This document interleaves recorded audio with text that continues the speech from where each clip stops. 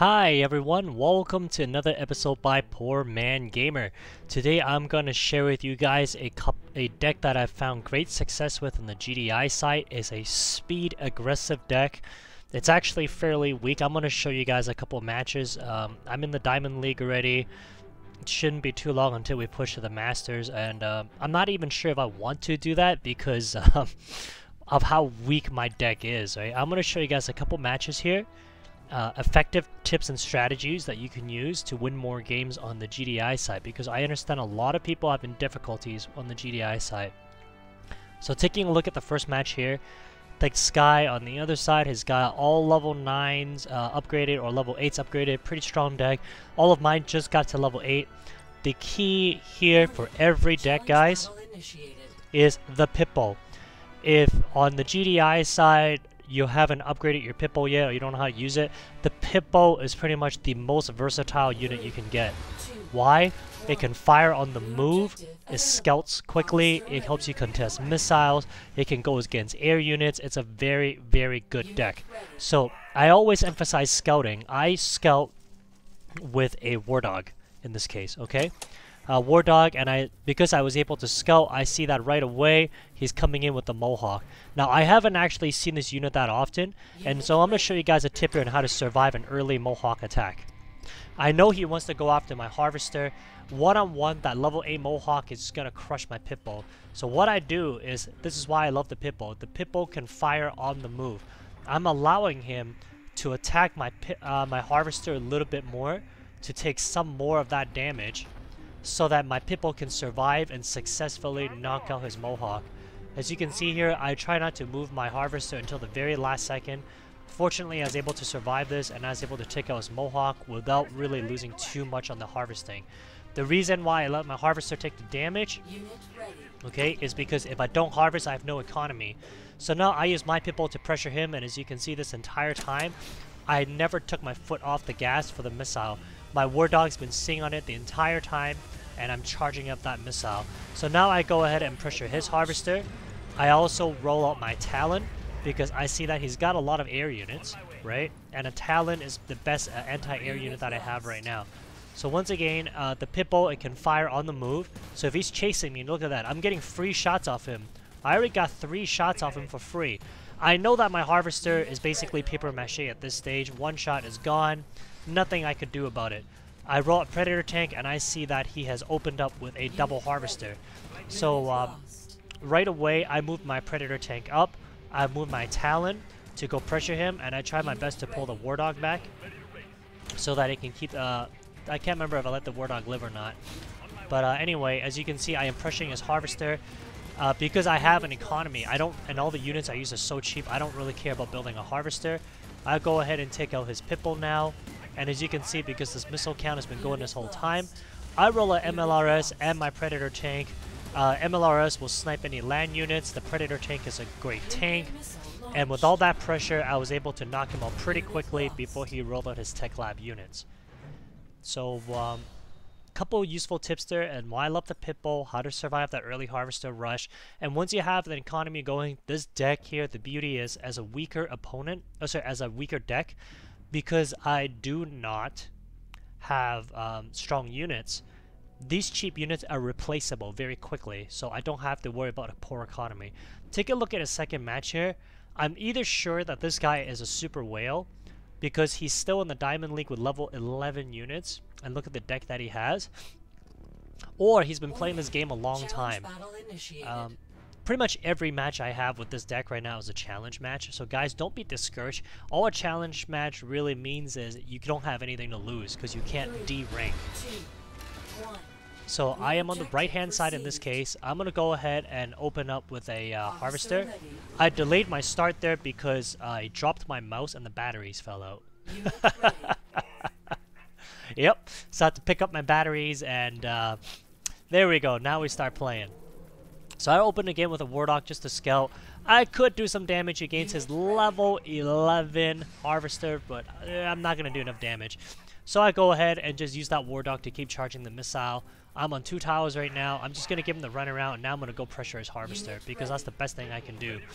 I go ahead and open up the second pit bull to take out of his air unit, and lo and behold, would you look at that, another Mohawk lover. The Mohawk is basically like a poor man orca that's a little slower. They are very, very strong units. I'm still trying to keep pressure on his harvester the entire time and keep the missile charge going. I keep my pit bull moving around because the Mohawk has to stay stationary first before it can do damage. Unfortunately, his Mohawks are so strong that I couldn't quite get his harvester. I almost had it, but the good thing is I kept the missile charge the entire time. I moved my War Dog back just one more tile. Okay, and my objective right now is just to make sure I win this missile. I open my Lieutenant Strongarm to give me a hand here, and I finally am able to take out his... I win this first missile. Again, I do not take my foot off the throttle. I am continuously pressuring him with as many units as I can. I forgot that I had a Talon, which is what I should have used this whole time seeing all these Mohawks. I just keep rolling out pit bulls, and it's not until now I realize, wait a second. I have a Talon. Why don't I roll that out? Yeah, genius. Why don't you roll that out?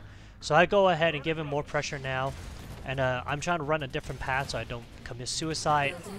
I am trying to pressure his harvester, but as you can see, he is so strong. He's got so much health. So I finally engage him with my Talon to take out his Mohawk, so I stop getting my pit bulls chewed up. And as you can see, it doesn't really take much. I mean, holy crap, it takes so many shots to take out one of his harvester. I finally have a better economy than he does. He's still stalling out the missile, so which is why I'm moving my Talon away and moving my pit bull down. Right? I accidentally moved my MLRS just a little bit too far. As you can see, this guy I'm pretty sure is a whale. He's not a great player. I mean, the MLRS he should have easily taken out in 2 seconds. I move my MLRS away. I distract him with my pit bull. I am trying my best right now to do even more damage on him. I put my MLRS down. I'm trying my best to charge this missile. He's just so strong and it's so difficult to do. He's on 2 tiles again. So I go ahead and move my shockwaves out of the way. Let him charge up the missile for me. And once again, I'm rolling out more pit bulls. I'm using my shockwaves to engage his zone troopers. And fortunately, we were able to steal this missile from him and get this win. And there goes the missile. So, Grendo, thank you for supporting this game. I really love big spenders like you because it allows free-to-play players like 99% of us to continue enjoying this wonderful game. So I hope you guys are able to pick up a few tips there. This is the last match I'm going to review the GDI deck. It is an effective deck that works. I haven't found a great use for the MLRS yet, to be honest with you, because air decks have become so much more viable. Jump jet troops are a lot more effective than they used to be. And the maps that I've played so far, they're not really great for MLRS setup. So there's me on the right hand side. It's a big map. I go ahead and open with a Harvester, and I open with a War Dog to scout. I take a look, and he's got a missile squad. Level 9 missile squad's gonna beat a level 8 War Dog all day long. So I go ahead and just back him up. He's not attacking me. I think he wants to go after my Harvester, which is why I'm just body blocking him this entire time. I'll go ahead and send out another War Dog. Now, key number 1, guys, do not overcommit on the units. Could I have built a 3rd War Dog? Sure, right? But the reason I didn't overcommit is because so far he has shown infantry. I am afraid he may have a jump jet troop, and there it is. So that's why you don't overcommit. It allowed me to have the finances to build a shockwave troop. So I open with my Lieutenant Strongarm to protect the top side. I use my War Dog to engage him. As you can see, like these level 10 units, they just shred my Harvester, right? I didn't do a greatest job there microing, and fortunately I was still able to protect my Harvester. I'm keeping this missile charge the whole time, and this is why you do not overcommit on units. If I overcommitted, I wouldn't have been able to roll out my Shockwave. I would have lost my Harvester. This match would have been done. So I go ahead and open my Shockwave. I go ahead and engage a 2-on-1 there. He should have contested my missile at the top. I'm not sure why he rolled out his Shockwave to the bottom. And fortunately, we're able to get this first missile. So once again, I go ahead and I'm trying my best to protect my Harvester. But as you can see, with a level 10 jump jet charged up with the Colonel Jackson, I think, right? I can't win. So here's the issue now. I've got a really weak War Dogs that I have no use for anymore. I'm keeping a Shockwave troop down there on the bottom to keep this missile charged, and I'm trying to get my War Dogs to die, right? And that's what I'm doing, and I also want to kill his jump jet troop.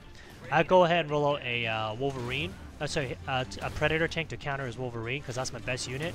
And I just parked my Shockwave there to protect my Harvester. He loves the Harvester rush. He rolls out a Titan, a Juggernaut at this stage of the game. And the Juggernauts are such a freaking strong unit. I'm trying my best to get that Predator tank up there to do some more damage. But as you can see, man oh man is he strong. So I go ahead now and roll out Pit-Bulls. Fortunately, he's only level 5, so it doesn't do that much damage against my Pit-Bulls. And this match actually becomes really, really close. The only way I was able to win was because I kept that missile count going. So folks, for those of you struggling in the Diamond League or the Gold League, and you constantly find yourself with a weaker deck on the GDI and you're really struggling, you can absolutely win with this deck, right? So this is the lineup that I'm using. Here's where I am in the Diamond League. I'm going to go ahead and play one more match for you here instead of watching a replay. We're going to go live. Hopefully I can pick up a win, and if not, at least make it competitive. And I hope so far I've been able to demonstrate that the GDIs do have a viable deck and that you don't need higher level units every single time to win. So I'm going to go ahead and open with the Harvester, and I'm going to go scout with my War Dog. I am hoping he does not tank rush me because I'm screwed if he does. So let's take a look here. One Harvester, right? Good, good, good. Okay, let's pull that War Dog back. Instead of building a Pit-Bull, I'm going to go ahead and see if I can roll out a tank, because it's just that much stronger. I'm actually going to move my War Dog down now, because it's easier for him to run to the top. Oh, what you doing? What you doing? What you doing? Okay. I am not engaging you. So I'm going to go ahead and let you charge up that missile for me. Right now, it's just a big cat and mouse game. I'm going to Shockwave go down. I'm going to pull my War Dog back. I don't need it to die yet. Okay, so there's the Predator tank engaging him.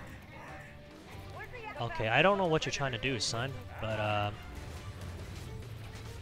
yeah. The Shockwave can come down. Pred tank. And I'm gonna go open up with a Pit-Bull here. In retrospect, I probably should have rolled out something else, but the Pit-Bull is gonna be able to take some damage. Really? Okay. Well, no harm, no foul. Let's run another tank, and I think this is the kind of map where an MLRS would come in very, very handy. So I'm actually going to go ahead and roll that out soon.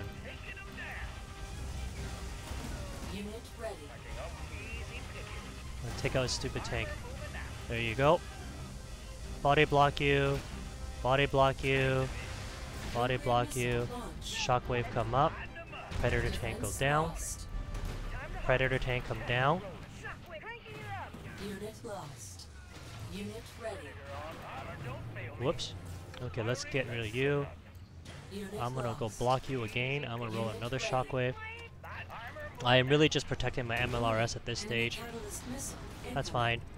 I'm guessing he's got a double Harvester because he's been able to do a lot of damage against me. I'm gonna roll another MLRS on the bottom there, and I'm gonna go ahead and snipe his Harvester. Sorry, not his Harvester. Snipe his Harvester. Yeah, right? Is that what I said? Anyway, I'm gonna open another Pred tank. I'm gonna go. There you go. Let's get rid of you. Die. And the missile count's going up pretty quick. I'm gonna try to. There you go. Tank lived. War Dog. We're gonna jump on all 3 missiles here, and we got ourselves the win. So as you can see here, guys, this deck is super, super viable. I'm not sure why I just kept building missile squads. I'm gonna go take a look at the replay, and we got a 9-game winning streak going here with a very, very basic deck. So as I said, guys, this deck totally works. Give it a try. If you're struggling, try to micro your units around, and oh, interesting, Giga Cannon. Alright, and thank you guys so much for watching. Have a wonderful day.